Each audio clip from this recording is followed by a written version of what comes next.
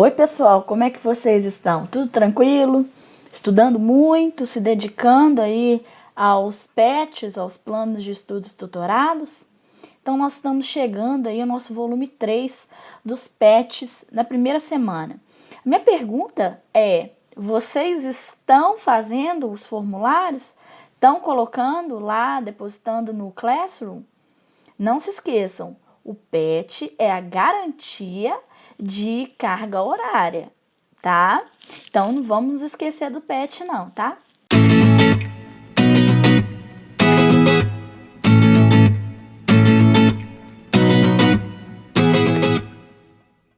Oi, pessoal, como é que vocês estão? Tudo bem com vocês?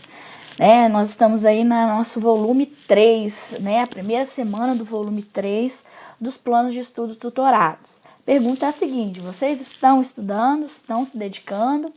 Um momento aí de isolamento social não quer dizer que vocês não devam estudar, se dedicar, que está envolvido aí o futuro de vocês. Espero que vocês estejam se dedicando aos PETs, à inserção dos formulários, fazendo os resumos sobre a matéria, tirando dúvidas lá no Classroom, que é o ambiente onde vocês vão tirar dúvidas, Não é só oi, bom dia, não. Nós temos aí uma série de coisas para tirar dúvidas.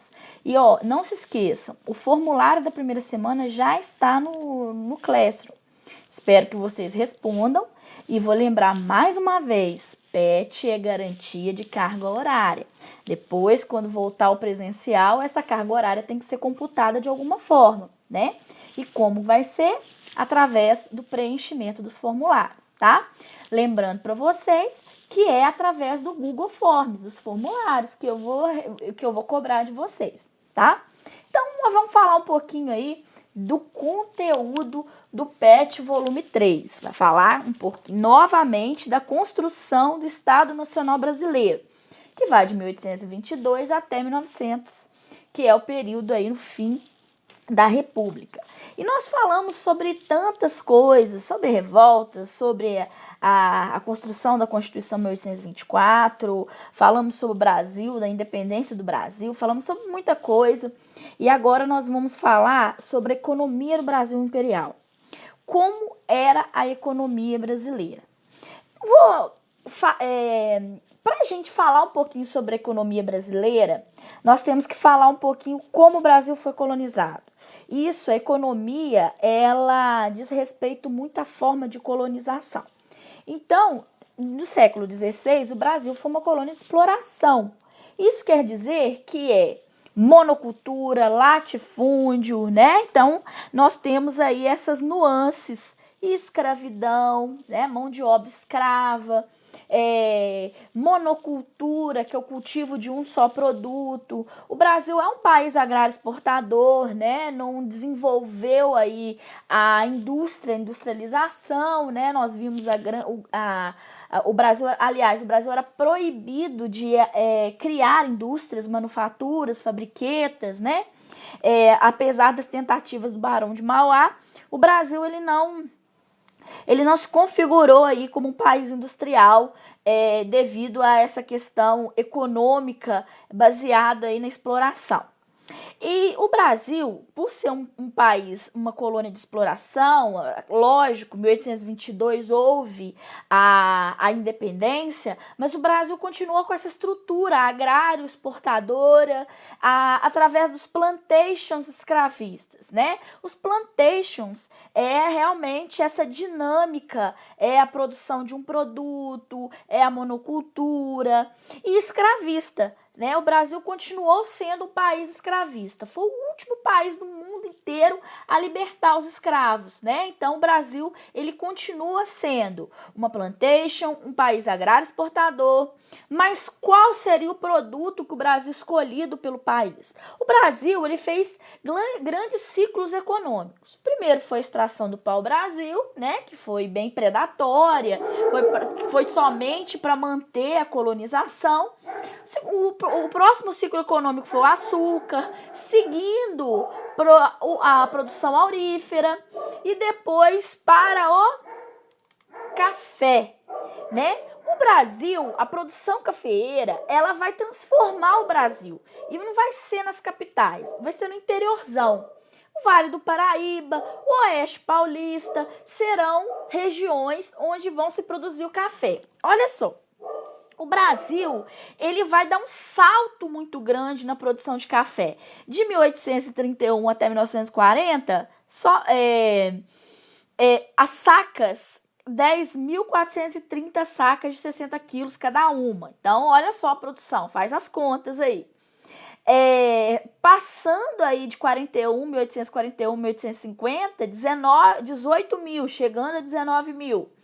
E dando um salto aqui, ó, até 1890, que é o final do Império, o Brasil estava exportando mais de 50 mil sacas de café de 60 quilos. Então, essa produção era muito intensa. O Brasil era produtor cafeeiro. O Brasil, ele adotou a produção agrária exportadora, né, onde o café era o produto mais importante do país, né, lá no Vale do Paraíba, né, na região de Vassouras ali, os produtores de café eram chamados de barões do café, né, um título que não foi dado pelo imperador, um título nobre, mas que mostrava o quanto poder eles possuíam, né, e eles adotavam com certeza a produção, a utilização de escravos para sua produção econômica. No Oeste Paulista, nem tanto. Nós vamos ver aí que a partir de 1870, eles vão adotar uma outra mão de obra, né? Eles vão se modernizar, adotando aí as colônias de parceria, né? Com imigrantes, já meio pensando, né, nessa possível abolição da escravidão. Então, vamos entender. Vamos analisar um pouquinho, testar os nossos conhecimentos em relação a essa questão da economia do Brasil imperial. Na número 1, vocês vão ver um texto da economia do Brasil imperial. Esse texto é do Basílio Salum Júnior, onde ele fala da inserção econômica brasileira. Então, olha só, apesar do Brasil ter adotado, né, a produção de ouro, do café, né, como produto, né, o Brasil ele tinha outras produções, mas não para exportação, mas sim para subsistência, né? Então, vamos ler um pouquinho o texto do Basílio, do analista econômico, né, Basílio Salum Júnior, onde ele fala um pouquinho sobre economia. Então, vamos lá. A forma como o Brasil foi inserida na economia mundial traçou alguns dos contornos da organização econômica e social, sendo gerador de desequilíbrios e desigualdades que se mantêm até hoje. Então, toda a história que nós estamos estudando, de uma plantation, de uma economia exploradora, uma colônia de exploração, de uma adoção do país agrário exportador, de grandes latifúndios, ele interfere, de acordo com o autor, nos dias atuais no Brasil. Apesar da diversidade econômica que a América Portuguesa apresentava no final do 18, após a independência política em 1822, continuou a predominar o modelo colonial, baseado no latifúndio, monocultor e escravista. Então, foi o que eu falei para vocês, permaneceu aquela estrutura. A estrutura agrária do país foi e é concentradora de riquezas e de rendas, porque quem detém a renda, somente aqueles barões do café, ou então os produtores rurais, né? Então, esse tipo de inserção na economia, a reiteração da vocação agroexportadora, baseada no latifúndio, impediu a ascensão de um efetivo processo de industrialização no país, até pelo menos a terceira década do século XX, e 1930 por aí, e foi em parte responsável pela concentração da riqueza na mão de poucos. Então, a terra... então, assim, o que ele está querendo dizer é que ficava recluso na mão dos grandes cafeicultores, dos grandes produtores rurais, né? E não era uma divisão igualitária, diferente da industrialização, né? Queria, de certa forma, tornar essa divisão mais igualitária. Não estou falando que iria acabar a desigualdade, mas seria mais igualitário, né? Segundo o analista Basílio Salum, por maiores que tenham sido as mudanças observadas no Brasil na última década do século XX, o país ainda não conseguiu se desprender de sua condição de país periférico. Não obstante, se incluem entre as sociedades mais dinâmicas da periferia. Para romper com a condição periférica, é preciso tratar a inclusão econômica e social da maioria da população brasileira. Então, para ele, seria romper com essa lógica que vem desde o sistema colonial, onde poucos têm acesso à renda no país, né? Então, para ele, a grande questão é a explicação da dependência do Brasil como um país periférico no seu processo histórico. A segunda é a constatação de que a história do Brasil está inserida no processo mais abrangente do capitalismo mundial. Porém, cabe uma ressalva. No que se refere ao primeiro ponto, não se pode conceber o passado como um pecado original, ou seja, uma coisa que já nasce com o país. Se assim fosse, não se teria observado nenhuma mudança. Porém, ele fala que o Brasil mudou, né? A desigualdade ela é menor em relação ao que nós já vivemos, né? O Brasil está indo, mas ele tem que romper com essa lógica. Então, essa é a grande questão do nosso país, né? Então, a letra A pergunta o seguinte: por que, apesar da diversidade econômica que a América Portuguesa apresentou no final do século XVIII, continuou a predominar o modelo baseado no latifúndio, monocultor e escravista? Por causa dessa estrutura, essa monocultura, a elite brasileira, ela ainda desde o que era no processo colonial, né? Então ela não tem interesse em romper com essa estrutura colonial. Então ele não tem interesse nesse manter o latifúndio e o plantation, né, que é um modelo de organização que se destaca o latifúndio, a monocultura, a mão de obra escrava e a produção voltada ao mercado externo.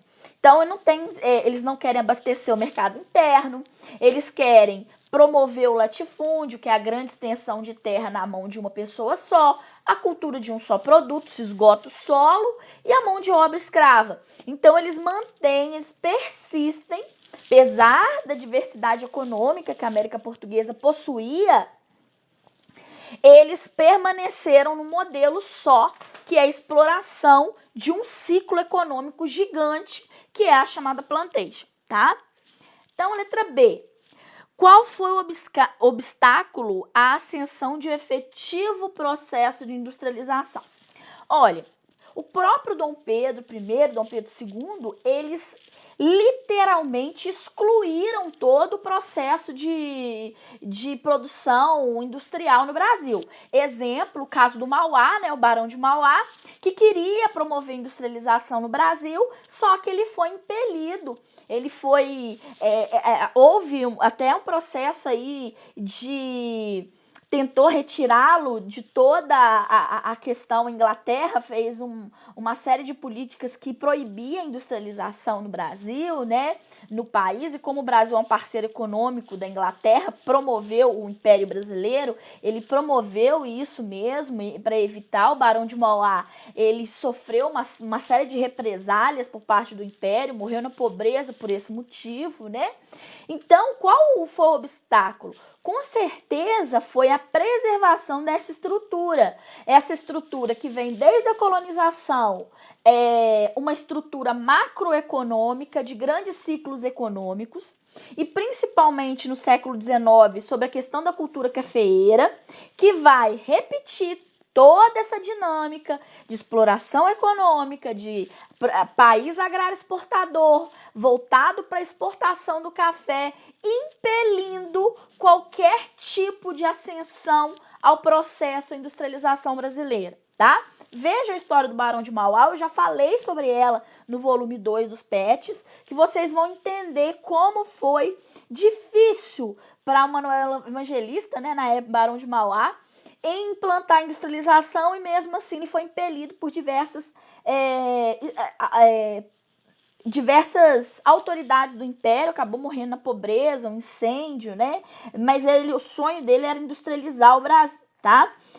Por isso que houve um surto de industrialização no século XIX, né, pelo próprio Barão de Mauá, que foi impedido aí pela Inglaterra, tá? Agora, analisando esse texto, qual a posição do autor em relação à economia brasileira?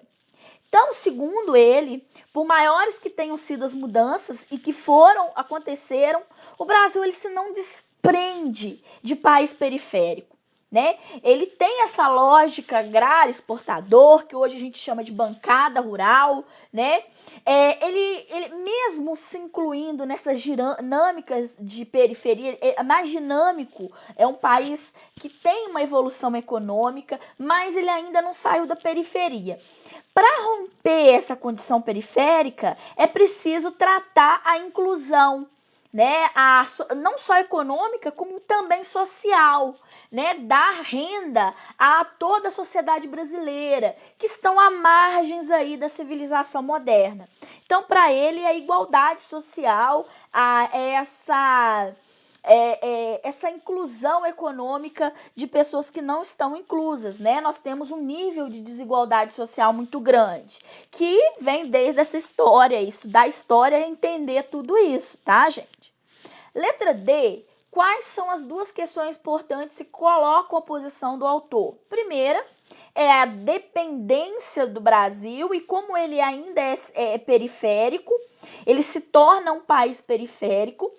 E a segunda é a constatação que a história nos mostra que o Brasil está dentro do capitalismo mundial, mas não como liderança, e sim como periferia.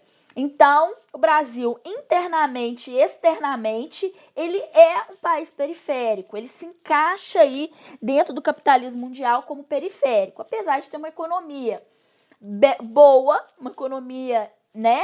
Mas a questão social ainda deixa muito a desejar, tá? E isso impede o Brasil de se desenvolver. Agora, como caracterizar a economia no primeiro e no segundo império? Ela é uma economia dependente, por exemplo, da Inglaterra, de países, depois no final do segundo império, dependente dos Estados Unidos, que se torna aí uma potência econômica, em razão dessa produção agrícola de exportação. Então, ele vai depender da economia, do capitalismo mundial por ser uma população, produtos agrícolas de exportação, né? Houve um processo de surto industrial, que eu falei para vocês, com o Barão de Mauá, mas teve curta vida. Por quê? Não só o Império, como também as autoridades internacionais eram contra, né? Se tivesse desenvolvido essa economia, né, essa produção econômica do Barão de Mauá, com certeza o Brasil teria uma outra dinâmica econômica que temos hoje, tá bom? Então, com isso, a gente encerra a correção dos PETs, né? Uma aula bem rápida, mas é para a gente pensar um pouco, né? Nosso país, ele se caracteriza por uma economia periférica, apesar de ser um país de grande riqueza natural, mas ele ainda é um país periférico. Ele necessita de uma série de questões aí a serem resolvidas. E só vamos resolver quando a renda, a igualdade social, ela prevalecer no nosso país, tá bom? Então, um grande abraço, um beijo para vocês, estou com muitas saudades e não se esqueçam do preenchimento do formulário da semana, tá bom? Tchau!